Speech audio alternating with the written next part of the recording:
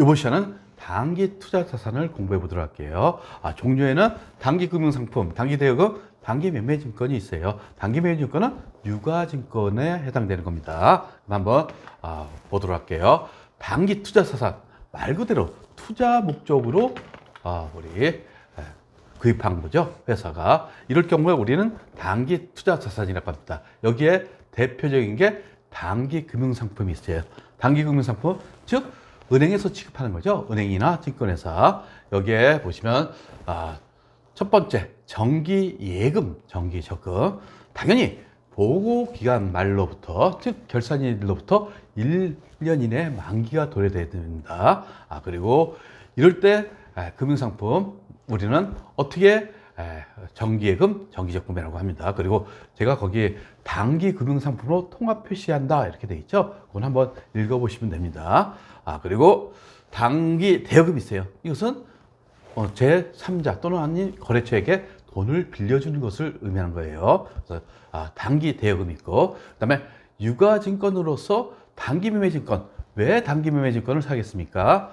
투자 목적이겠죠. 그래서 남는 여유 자금이 있을 적에 유가증권에 투자하는 기업들이 있어요. 이때 단기 매매 증권으로 회계 처리합니다. 근데 이제 단기 매매 증권은 나중에 전산회계 1급에서 저희가 유가증권에 대해서 본격적으로 공부할 거예요. 여기서는 단기 매매 증권에 대한 회계 처리만 간략하게 알고 계시면 됩니다. 그럼 먼저 단기 금융상품에 대한 한번 예제를 보도록 할게요. 지금 3월 31일 신한은행의 정기예금 만기가 6개월. 그러니까 이것은 우리 단기 금융상품이죠. 보통 예금 부자에서 100만 원을 이체하다. 이체 시 송금수수료 500원이 발생한다. 결국 송금수수료는 비용이죠. 그러면서 지금 정기예금 100만 원에 가입했어요. 그러면 차변에 정기예금 100만 원. 그래서 자산의 증가. 정기예금은 유동자산 중에서 당좌자산이 되는 겁니다. 그리고 요 비용, 송금수수료 500원은 우리 수수료 비용이라고 합니다. 당연히 영업비용이죠. 그래서 판관비로 처리하시면 돼요. 500원. 그리고 여기에 대해서 이제 보통예금에서 이체된 거죠. 따라서 대변의 자산의 감소 100만 500원 이렇게 회계 처리하시면 되는 거예요.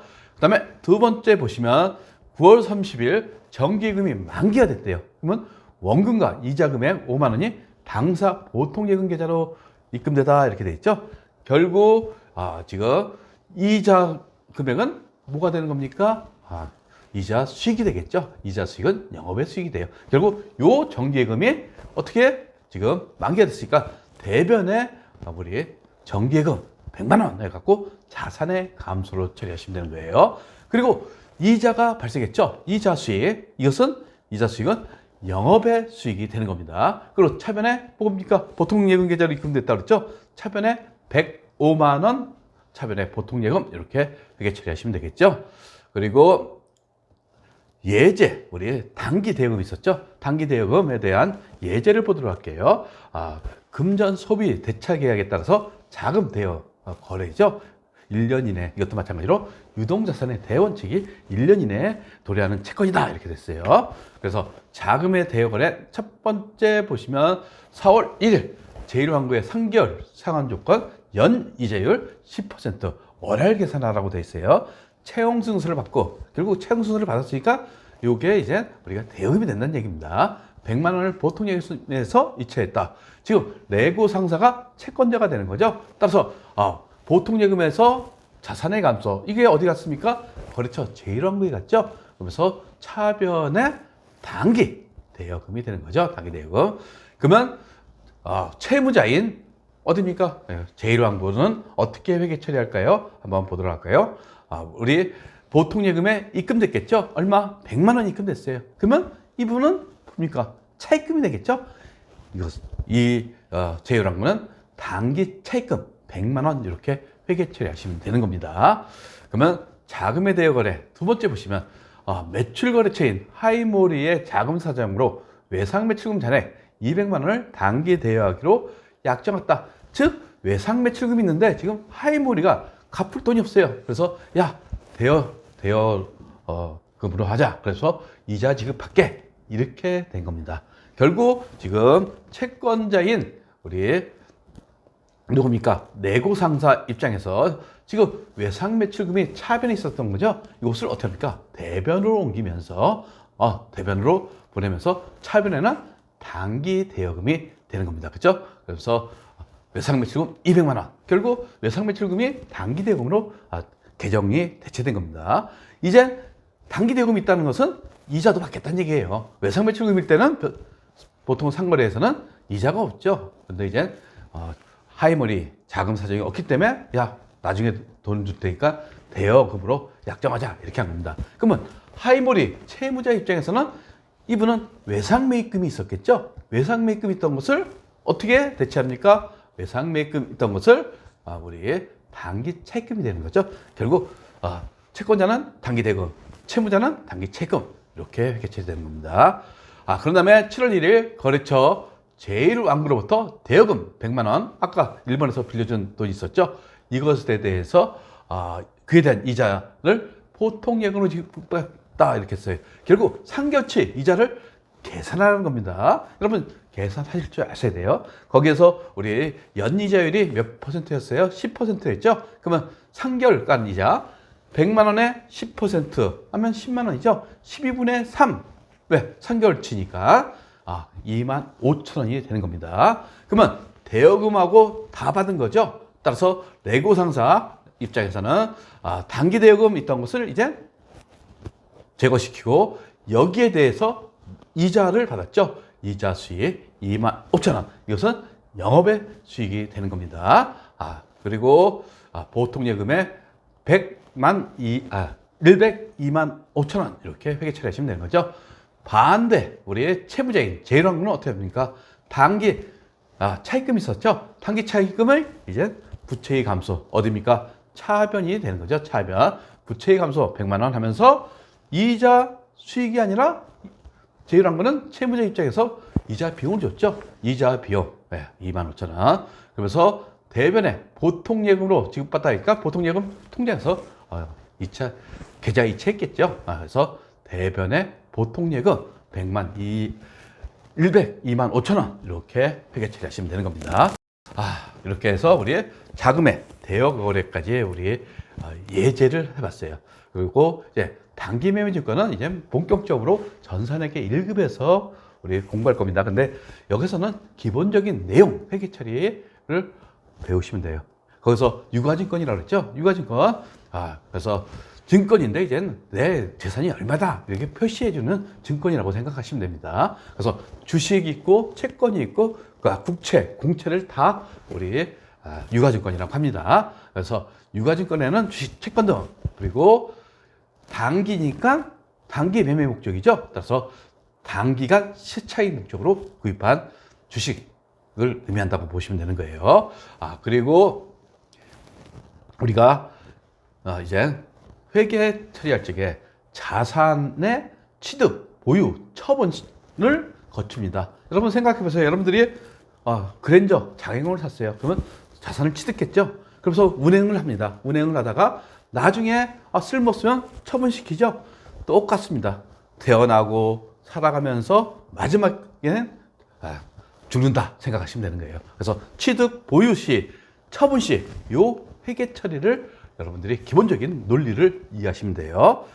따라서 여기서 취득 시, 취득 시점은 보통 사용 시점이라고 생각하시면 돼요. 여기에 구입가액이 있겠죠? 그것을 매입가액이라고 해요. 여기에 각종 수수료, 만약 집을 샀는데 공인중개사 수수료가 있어요. 그런 것을 부대 비용이라고 합니다. 그러면 이 부대 비용이 들어가고 보유 시에는 만약 자산을 보유하고 있어요.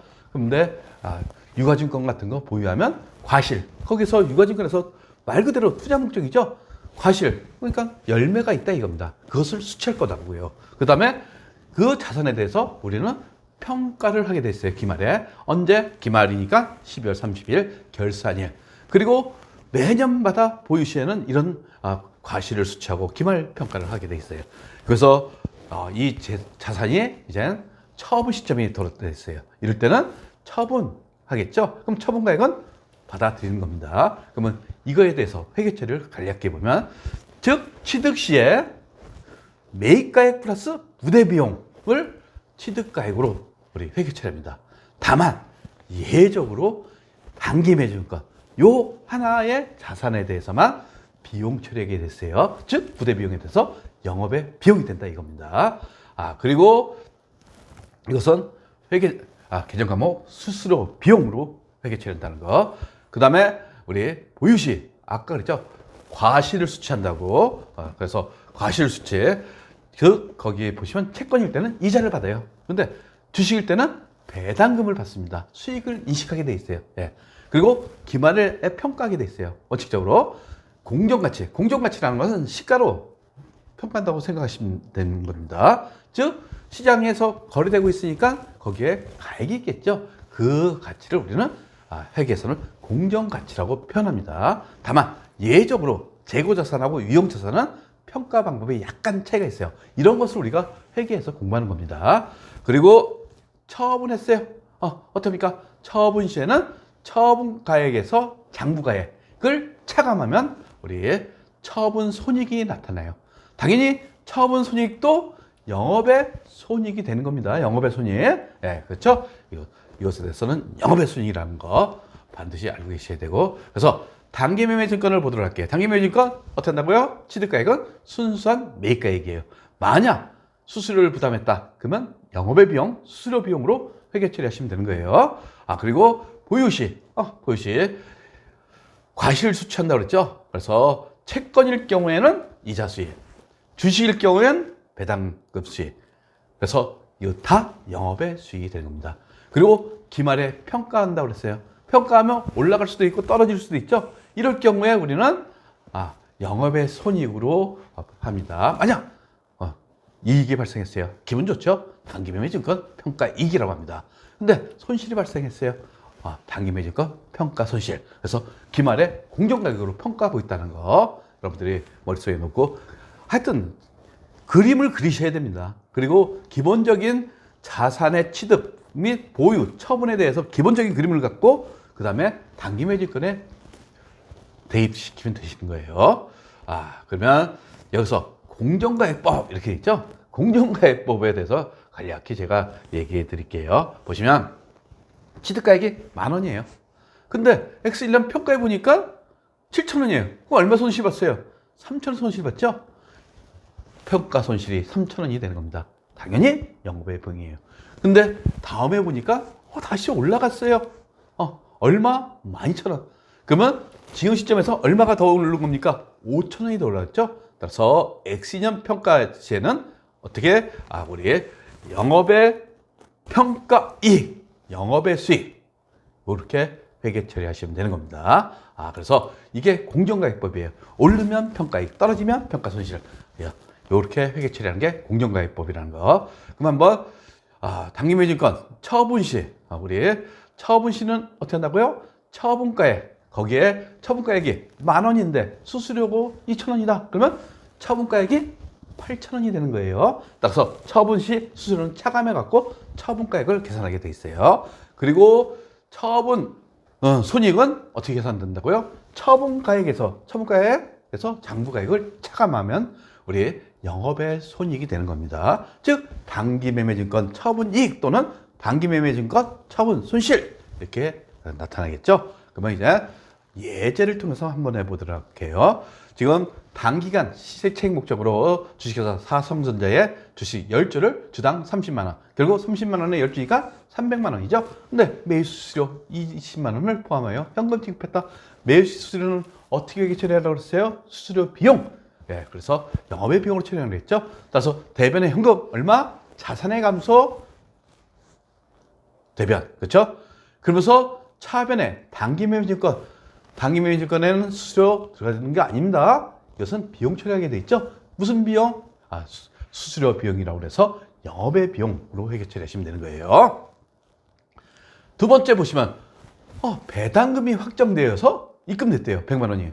그러면 차변에 보통 예금에 100만 원 입금됐죠. 차변에 자산의 증가 100만 원. 그 다음에 대변에 뭐라고 그랬어요? 배당금일 때는 배당금 수익. 당연히 영업의 수익이 되는 겁니다. 영업의 수익.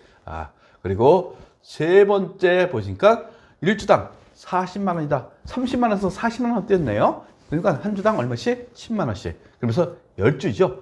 결국 100만 원의 이익이 발생한 겁니다. 즉 공정가액 연말 기말에 400만 원에서 실제 장부가액 장부에 적혀 있는 게 300만 원이죠. 그러니까 100만 원이 올라갔어요. 그러니까 우리 차변의 단기매매증권, 대변의 단기매매증권 평가이익 이렇게 회계 처리하시면 되는 겁니다.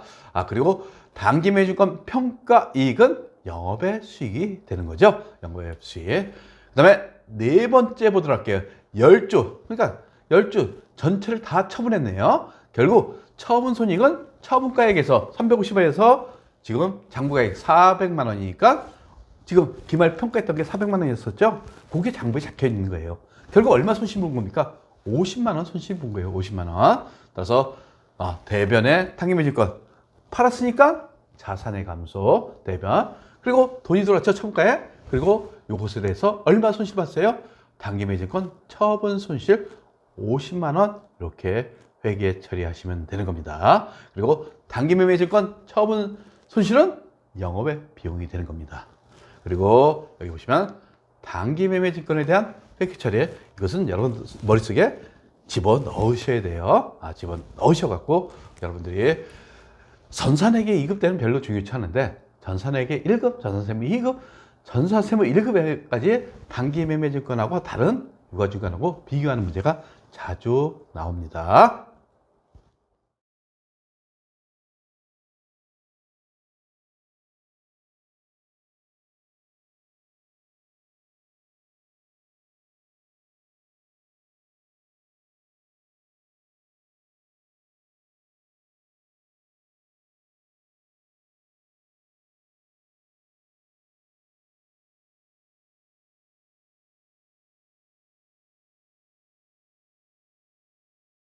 구독과 좋아요는 우리에게 큰 힘이 됩니다.